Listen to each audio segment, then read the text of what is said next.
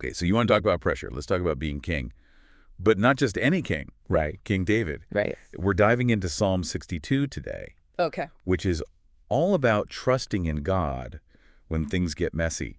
And trust me, David's life, definitely messy. Yeah, it's fascinating how relatable his words are, even after thousands of years. Yep. You know, he was a shepherd, giant slayer, king. Yeah.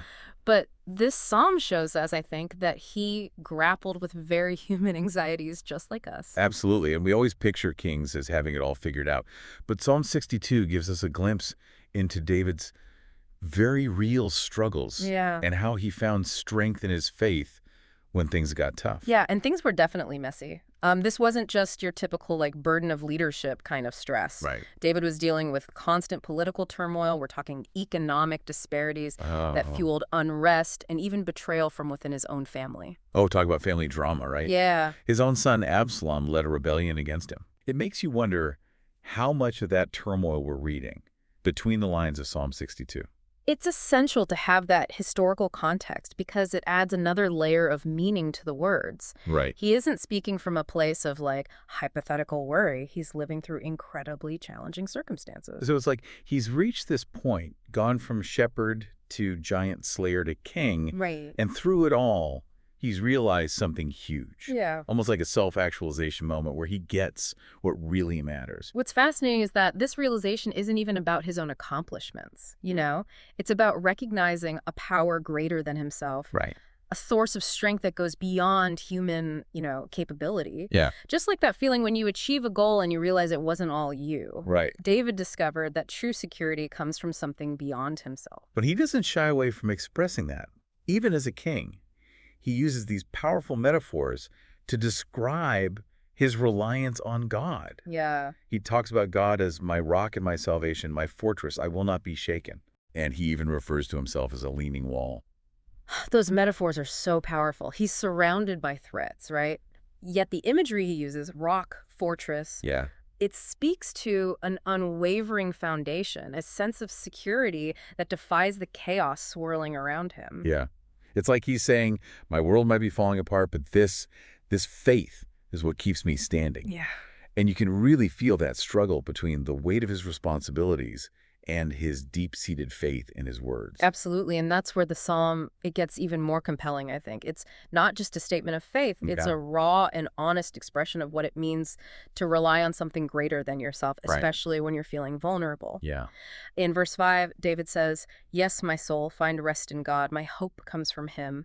He recognizes his own human limitations and actively chooses to place his trust in something beyond himself. It's like he's reminding himself, even as king, to find peace and hope in his faith, despite all the chaos.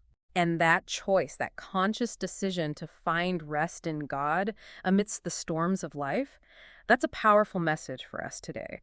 It's about acknowledging that we don't have to face our struggles alone, that there's a source of strength available to us, even when things feel overwhelming. And it's not a passive hope either.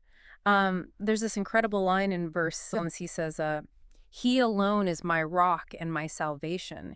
He is my fortress. I will never be shaken." David is actively placing his trust in something, unyielding, something that won't crumble under pressure. It's a powerful image, especially when you contrast it with how he describes himself earlier in the psalm Right. as a leaning wall. Yeah. It's like he's acknowledging his own human weakness while simultaneously drawing strength from a power outside himself. Exactly. And that's what makes his message so relatable. We all have those leaning wall moments, Right. There's times when we feel unsteady, unsure, like we're one gust of wind away from falling apart. Right. David's psalm reminds us that even in those moments of vulnerability, there's a source of strength we can lean on. And for David, that source of strength was his faith in God. He talks about this idea of waiting on God, which seems to be a central theme throughout the psalm. And this idea of waiting is incredibly important. It's not about, sitting back passively and hoping for the best. Right. It's about actively choosing to place our trust in something beyond our immediate control. Right. Understanding that there's a bigger picture at play. So it's more about trusting the process. Yes. Having faith that things will unfold as they should, even if we don't have all the answers right now. Precisely. It's about embracing the idea of divine timing. Recognizing that sometimes the hardest thing and the wisest thing we can do is surrender control and trust that things will work out in their own way in their own time. We see this echoed in verse 7. He is my salvation and my honor. He is my strong rock, my refuge. David doesn't try to force a solution. He finds refuge in trusting a power greater than himself. That's a powerful message for us today, especially in a world that's constantly pushing for instant gratification, quick fixes, Right. and immediate results. It's a good reminder that sometimes the best thing we can do is simply breathe, trust, and be patient. Absolutely. And that patience, that trust in something larger than ourselves, that's what ultimately brings peace, even amidst, the chaos. It's about finding that inner strength, that unwavering core that allows us to weather life's storms, knowing we're not facing them alone. It's like that saying, let go and let God. Yeah. But that's easier said than done, Yeah. But this idea is like surrendering control, of trusting in something larger than ourselves. It seems to be at the heart of what David's expressing in Psalm 62. It definitely is, yeah. And you see that surrender kind of reflected in the way he shifts from talking about waiting to like finding true security and strength in God. It's like he's saying, okay, I've poured out my heart, I've acknowledged my fears, and now I'm choosing to place my trust where it truly belongs. And that trust brings a sense of peace, even amidst all the uncertainty. There's a line toward the end of the psalm that really struck me. One thing God has spoken, two things have I heard, that you, God, are strong, and that you, Lord, are loving. That's such a powerful reminder that even in the midst of trials, even when we can't see the way forward, we can hold on to that truth that God is both strong and loving. It's a beautiful blend of power and compassion, and it offers a lot of comfort and reassurance. So we started with a king facing some pretty serious pressure, rebellions, betrayals, the whole works. And what we find is this message of hope, resilience, and ultimately the power of trusting in something beyond ourselves. And that message is just as relevant today as it was thousands of years ago. We all face challenges, uncertainties, those leaning wall moments when we feel unsteady. David's psalm reminds us that we don't have to face those moments alone. There's a source of strength available to us, a foundation we can stand on even when everything else feels shaky.